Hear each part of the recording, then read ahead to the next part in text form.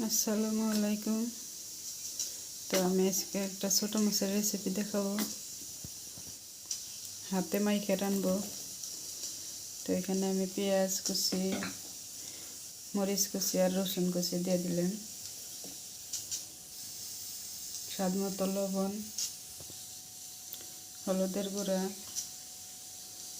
Mix মশলা আর হলো মরিচের গুঁড়া। এখন ভালোভাবে মেখে নিব।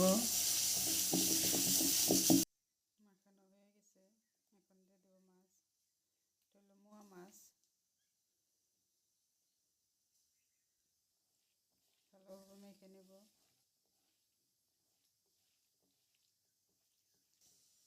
এখন দিয়ে দেব বেগুন। বেগুনগুলো আমি ছোটো ছোটো করে কেটে নিছি। এখন ভালোভাবে মেখে নেব।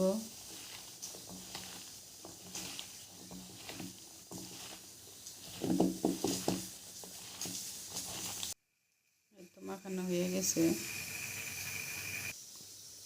এখন অল্প গরম পানি দিয়ে দিব, বেশি দেব না।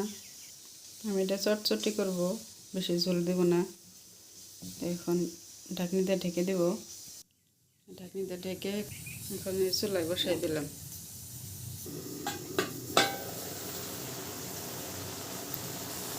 অল্প নেড়ে দেব, লাহে লাহে নেড়ে দেব, মাছগুলো না ভেঙে যাব। বেগুনের থেকে পানি উঠছে, আবারও ঢাকনি দিয়ে ঢেকে দেব।